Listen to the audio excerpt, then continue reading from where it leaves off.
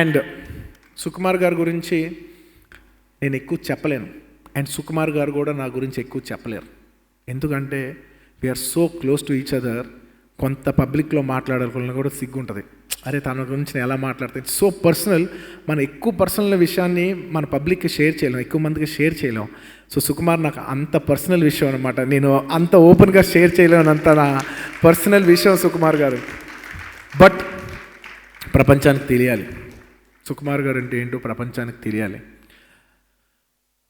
నా లైఫ్ సుకుమార్ లేకపోతే ఒకలా ఉండేది, సుకుమార్ ఉంటే ఒకలా ఉంది, లేకపోతే వేరేలా ఉండేది. ఇందులో ఏ మాత్రం ఎగ్జాజరేషన్ లేదు. ఎందుకంటే ప్రతి మనిషికి ఇన్ ద ఏజ్ ఆఫ్ 19-20 ఒక క్రాస్ రోడ్స్ వస్తుంది. ఒక కెరీర్ ఎత్తుకున్నప్పుడు నువ్వు డాక్టర్ అవుదామా ఇంజనీర్ అవుదాం అంటే అని అనుకున్నప్పుడు, ఒక ఇంజనీర్ అయినప్పుడు లైఫ్ ఎలా ఉంటుంది, డాక్టర్ అయినప్పుడు లైఫ్ ఎలా ఉంటుందో అలాగే సేమ్ నేను సినిమాలు చేద్దాం అనుకున్నప్పుడు ఏయో ఆఫర్లు వచ్చినప్పుడు సుకుమార్ గారితో సినిమా చేస్తే లైఫ్ ఇలా వచ్చింది, ఇంకోటి ఏదో సినిమా చేస్తే ఇంకోలా వెళ్ళిపోయేదేమో.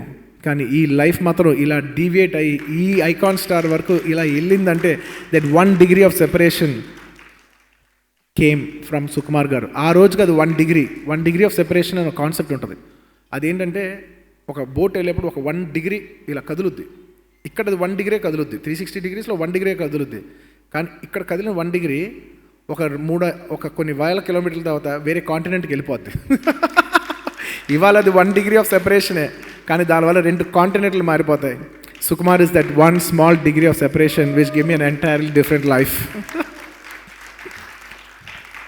నేను నా లైఫ్లో చాలా కొంతమందికి గ్రాటిట్యూడ్ రుణపడి ఉన్నాననే మాట నేను చాలా కొంతమందికి వాడగలను.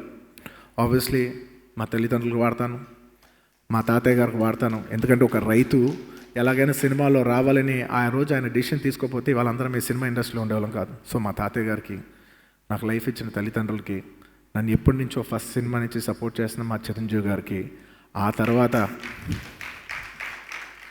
తర్వాత నాకు తెలీదు నాకు సుకుమార్ అంటే అంత ఇష్టం అని. ఐ థింక్ ఆర్య అయిపోయిన ఒక 4-5 ఏళ్ళ తర్వాత ఏదో ఐ థింక్ మేబీ పరుగు లేదంటే ఇంకే ఆర్య 2 సినిమా పరుగు సినిమా చేస్తాను అనుకుంటాను. ఆ టైంలో నేను ఒక కారు కొనుక్కున్నా. Car cost 85 lakhs X6 car, అద్దరిపోద్ది స్పోర్ట్స్ కార్ పట్టుకుని నేను స్టీరింగ్ పైన చేయిబెట్టి ఆలోచిస్తున్నా, ఇంత దూరం వచ్చానంటే దీనికి ఎవరెవరు కారణమై ఉంటారు అన్న వెంటనే నా మైండ్లో తట్టిన ఫస్ట్ వ్యక్తి సుకుమార్ గారు.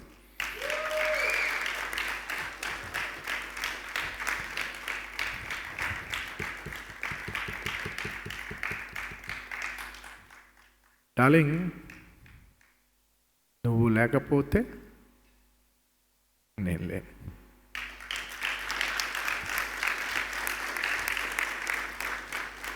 ఆర్య లేదు, ఇంకే లేవు.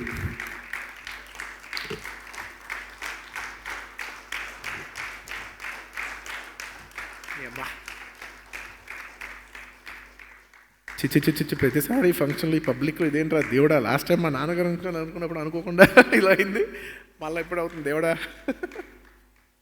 ఎప్పుడైనా అర్థమైందా నువ్వు ఎంత ఇంపార్టెంటో అంతలే. Thank you darling. I don't want to make this an emotional thing, not at all. ఇవాళ న్యూ ఇయర్ మంచి బ్లాస్ట్లో ఎండ్ అవ్వాలి, అందరూ పెద్ద సక్సెస్ అయినా మంచి సెలబ్రేషన్ మూడ్లో ఉన్నాను. ఇట్స్ జస్ట్ అ మూమెంట్ అంతే. Thank you so much darling. నన్ను స్టార్ని చేసి స్టైలిష్ స్టార్ నుంచి వాళ్ళ ఐకాన్ స్టార్ వరకు యావత్ భారతదేశం చూసేటట్టు చేసావంటే అది డెఫినెట్లీ నువ్వు ఎంత అన్బిలీవబుల్ కాంట్రిబ్యూషన్ ఇచ్చావని నేను మాటల్లో చెప్పలేను. Thank you. ఇంకా నేను ఈ గురించి ఎంత చెప్పినా తక్కువే.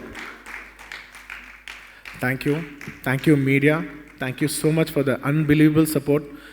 కేవలం మన తెలుగు మీడియా కాదు sir, with all due respect, యావత్ భారతదేశంలో ప్రతి కంట్రీ ప్రతి లాంగ్వేజ్లో Kannada media, Kerala media, Tamil media, Hindi media, ప్రతి ఒక్కరికి ఈ సినిమాని లాస్ట్ 1 weekలో వచ్చినా కూడా ఈ సినిమా వస్తుందని చెప్పి మీ జనాల్లో తీసుకునేందుకు మీ support is very very huge for Pushpa. Thank you so much for your unbelievable support.